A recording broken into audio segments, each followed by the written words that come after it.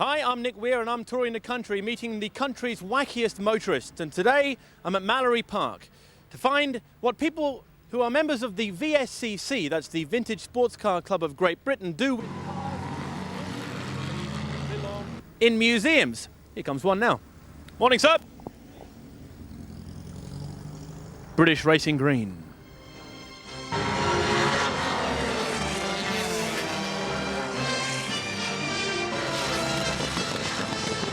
According to the official statistics, there are over 650,000 historic cars in Britain today. And it seems as if the various members of the VSCC who have travelled to Mallory Park with some of the nicest and historically most valuable examples have one thing on their minds: to try and lower this number by, let's call it, some spirited driving. Now, one of the categories who seem absolutely hell-bent on no-holds-barred competition is a three-wheeled Morgan class. We're in the paddock area now of all of the cars today. We're going to have a chat to Tony now, who's got one of the lesser powerful Morgan three-wheelers. Tony, hi, can I disturb you for a sec? How are you? So, how did the practice go today? Oh, not too bad. It's running better than, it's running as I hoped. It isn't as fast as I would have hoped, but then it is a 66-year-old vehicle, and not too bad. How are the brakes on these things? Fairly casual. Really, not too much of it? Well, not too much, no. You have to be prepared to, I don't know, just put your foot down and hope.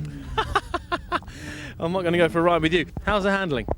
It's pretty good for what they are. There's enough power now to get the tail out around the long bend. Last year I was sawing at the big steering wheel, which is incredibly heavy. You only got about half a turn from lock to lock, so you're using your muscle on it. What sort of horsepower is this little motor? I should think there's probably getting something over 50 brake horsepower, but that's a guess. I hope it's more than that, but I've done some work on it. You can do some things on it. You can actually get a bit more. Engine possibly is. You could get to a stage where the JAP, pre-war racing engines are getting to.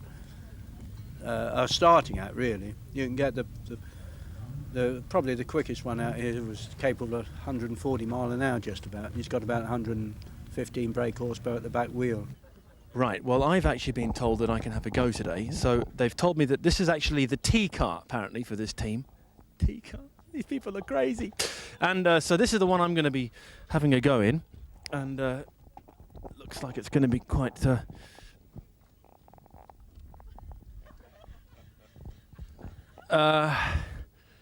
something tells me I'm not going to be driving this today. Haven't they got a bigger one?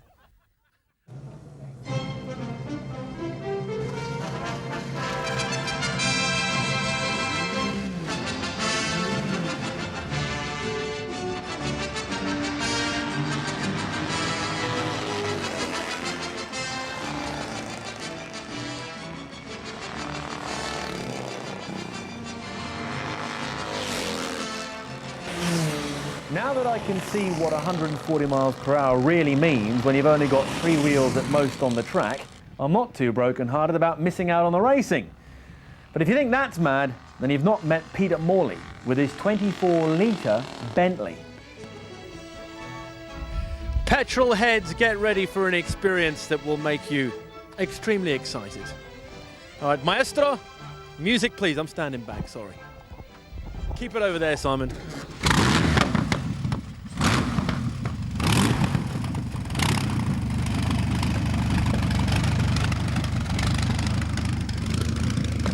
Can you give it a bit of a rev?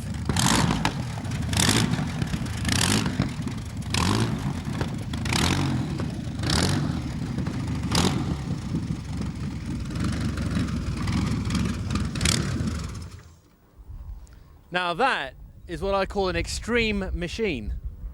It's 24 litres, it does 1.5 miles to the gallon, and it's not the best of cars to use on these type of small tracks. No.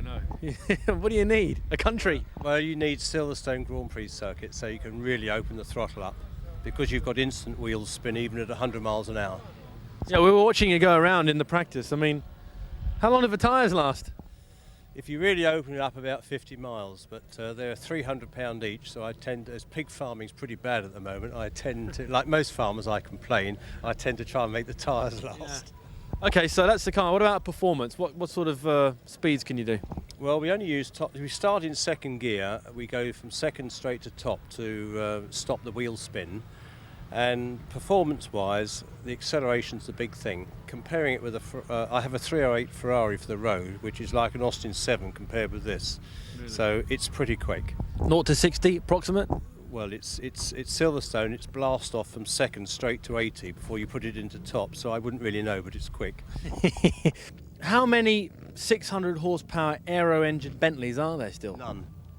None. This is unique. This is the only one? Yes. Were there more, or just one was built? No, it was just a one-off. It's a superb machine. Thanks very much. The truth is, this is a very dangerous way to have fun, but if playing Russian roulette with cars worth in many cases hundreds of thousands of pounds is what turns you on, then join the VSCC.